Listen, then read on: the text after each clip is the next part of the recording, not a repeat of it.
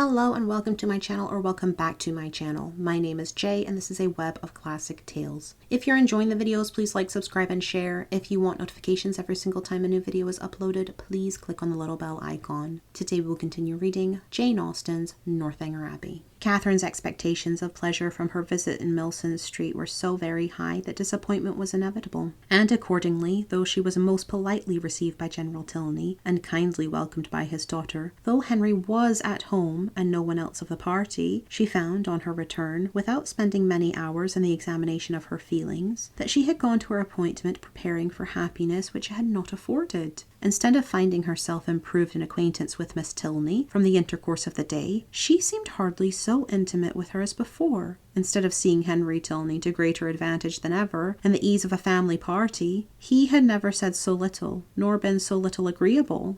And in spite of their father's great civilities to her, in spite of his thanks, invitations, and compliments, it had been a release to get away from him. It puzzled her to account for all this. It could not be General Tilney's fault. That he was perfectly agreeable and good-natured, and altogether a very charming man, did not admit of a doubt, for he was tall and handsome, and Henry's father. He could not be accountable for his children's want of spirits, or for her want of enjoyment in his company. The former she hoped at last might have been accidental, and the latter she could only attribute to her own stupidity. Isabella, on hearing the particulars of the visit, gave a different explanation. It was all pride, insufferable haughtiness, and pride. She had long suspected the family to be very high, and this made it certain. Such insolence of behaviour as Miss Tilney she had never heard of in her life. Not to do the honours of her house with common good breeding, to behave to her guests with such superciliousness, hardly even to speak to her. But it was not so bad as that, Isabella. There was no superciliousness. She was very civil. Oh, don't defend her. And then the brother, he who had appeared so attached to you. Good gracious. Well, some people's feelings are incomprehensible. And so he hardly looked once at you the whole day. I did not say so, but he did not seem in good spirits. How contemptible. Of all things in the world, inconstancy is my aversion. Let me entreat you never to think of him again, my dear Catherine. Indeed, he is unworthy of you. Unworthy? I do not suppose he ever thinks of me. That is exactly what I say. He never thinks of you. Such fickleness. Oh, how different to your brother and to mine. I really believe John has the most constant heart. But as for General Tilney, I assure you it would be impossible for anybody to behave to me with greater civility and attention. It seemed to be his only care to entertain and to make me happy. Oh, I know no harm of him. I do not suspect him of pride. I believe he is a very gentlemanlike man. John thinks very well of him, and John's judgment, well, I shall see how they behave to be this evening. We shall meet them at the rooms. And must I go? Do not you intend it? I thought it was all settled. Nay, since you make such a point of it, I can refuse you nothing. But do not insist upon my being very agreeable, for my heart, you know, will be some 40 miles off. And as for dancing, do not mention it, I beg. That is quite out of the question. Charles Hodges will plague me to death, I dare say, but I shall cut him very short. 10 to 1, but he guesses the reason, and that is exactly what I want to avoid, so I shall insist on his keeping his conjecture to himself. Isabella's opinion of the Tilneys did not influence her friend. She was sure there had been no insolence in the manners either of brother or sister, and she did not credit there being any pride in their hearts. The evening rewarded her confidence. She was met by one with the same kindness, and by the other with the same attention, as heretofore. Miss Tilney took pains to be near her, and Henry asked her to dance. Having heard the day before in Milsom Street that their elder brother, Captain Tilney, was expected almost every hour, she was at no loss for the name of a very fashionable-looking, handsome young man, whom she had never seen before, and who now evidently belonged to their party. She looked at him with great admiration, and even supposed it possible that some people might think him handsomer than his brother, though, in her eyes, his air was more assuming, and his countenance less prepossessing. His taste and manners were beyond a doubt decidedly inferior, for, within her hearing, he not only protested against every thought of dancing himself, but even laughed openly at Henry for finding it possible. From the latter circumstance it may be presumed that, whatever might be our heroine's opinion of him, His admiration of her was not of a very dangerous kind, not likely to produce animosities between the brothers, nor persecutions to the lady. He cannot be the instigator of the 3 villains in horsemen's greatcoats, by whom she will hereafter be forced into a travelling chaise and 4, which will drive off with incredible speed. Catherine, meanwhile, undisturbed by presentiments of such an evil, or of any evil at all, except that of having but a short set to dance down, enjoyed her usual happiness with Henry Tilney, listening with sparkling eyes to everything he said, and, in finding him irresistible, became so herself. At the end of the first dance, Captain Tilney came towards them again, and, much to Catherine's dissatisfaction, pulled his brother away. They retired whispering together.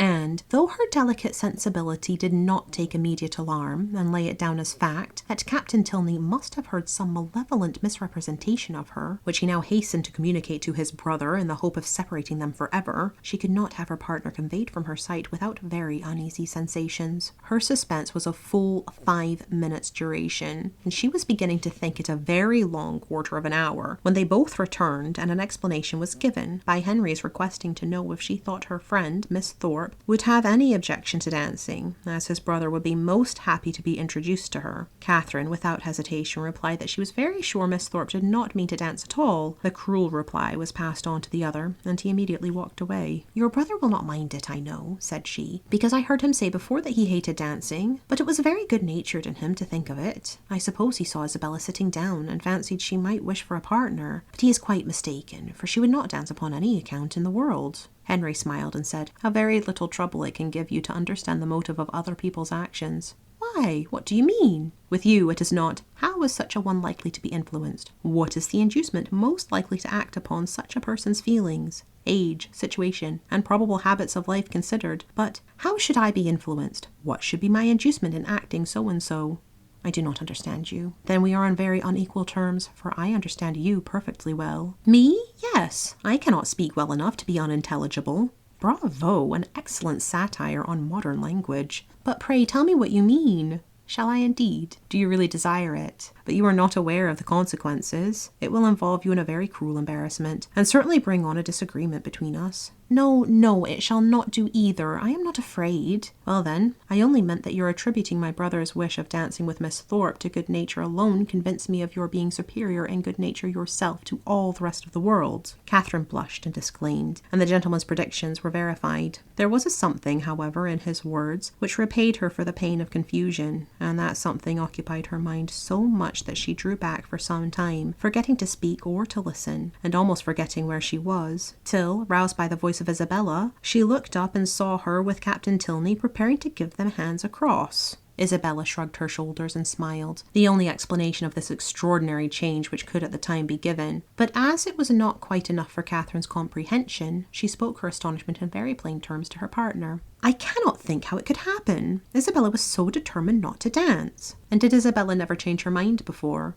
"Oh, but because... And your brother, after what you told him from me, how could he think of going to ask her?" "I cannot take surprise to myself on that head. You bid me be surprised on your friend's account, and therefore I am. But as for my brother, his conduct in the business, I must own, has been no more than I believed him perfectly equal to. The fairness of your friend was an open attraction. Her firmness, you know, could only be understood by yourself." "You are laughing, but I assure you Isabella is very firm in general." "It is as much as should be said of anyone. To be always firm must to be often obstinate. When properly to relax is the trial of judgment, and without reference to my brother, I really think Miss Thorpe has by no means chosen ill in fixing on the present hour." The friends were not able to get together for any confidential discourse till all the dancing was over, but then, as they walked about the room arm in arm, Isabella thus explained herself. "I do not wonder at your surprise, and I am really fatigued to death. He is such a rattle, amusing enough if my mind had been disengaged, but I would have given the world to sit still." "Then why did not you?" "Oh, my dear, it would have looked so particular, and you know how I abhor doing that. I refused him as long as I possibly could, but he would take no denial. You have no idea how he pressed me. I begged him to excuse me and to get some other partner, but no, not he. After aspiring to my hand, there was nobody else in the room he could bear to think of, and it was not that he wanted merely to dance. He wanted to be with me. Oh, such nonsense. I told him he had taken a very unlikely way to prevail upon me, for, of all things in the world, I hated fine speeches and compliments, and so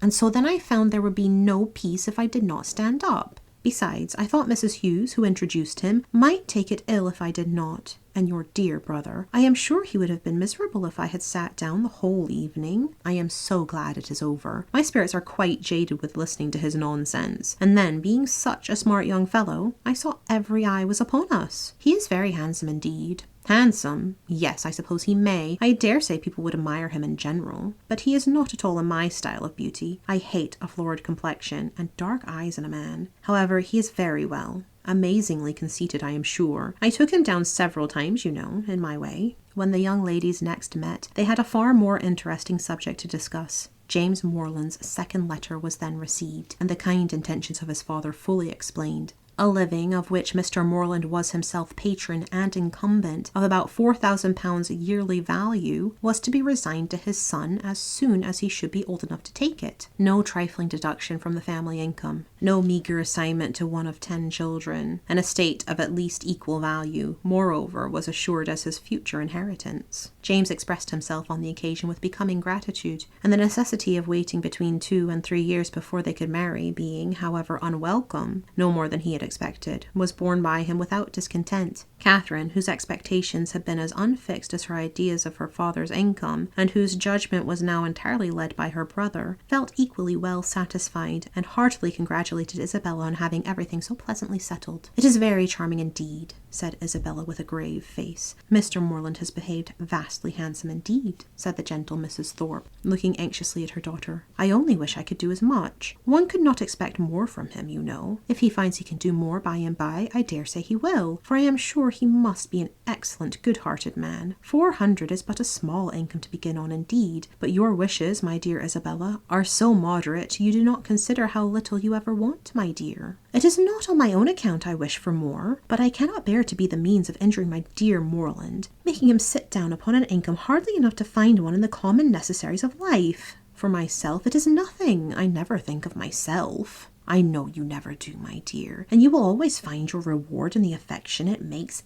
everybody feel for you. There never was a young woman so beloved as you are by everybody that knows you. And I dare say when Mr. Morland sees you, my dear child, but do not let us distress our dear Catherine by talking of such things. Mr. Morland has behaved so very handsome, you know. I always heard he was a most excellent man, and you know, my dear, we are not to suppose but what, if you had had a suitable fortune, he would have come down with something more, for I am sure he must be a most liberal-minded man. Nobody can think better of Mr. Morland than I do, I am sure, but everybody has their failing, you know, and everybody has a right to do what they like with their money." Catherine was hurt by these insinuations. "I am very sure," said she, "that my father has promised to do as much as he can afford." Isabella recollected herself. "As to that, my sweet Catherine, there cannot be a doubt, and you know me well enough to be sure that a much smaller income would satisfy me. It is not the want of more money that makes me just at present a little out of spirits. I hate money, and if our union could take place now upon only £50 a year, I should not have a wish unsatisfied. Ah, my Catherine, you have found me out. There's the sting. The long, endless 2 years and a half that are to pass before your brother can hold the living." Yes, my darling Isabella," said Mrs. Thorpe. "We perfectly see into your heart. You have no disguise. We perfectly understand the present vexation, and everybody must love you the better for such a noble, honest affection." Catherine's uncomfortable feelings began to lessen. She endeavoured to believe that the delay of the marriage was the only source of Isabella's regret, and when she saw her at their next interview as cheerful and amiable as ever, endeavoured to forget that she had for a minute thought otherwise. James soon followed his letter and was received with the most gratifying kindness.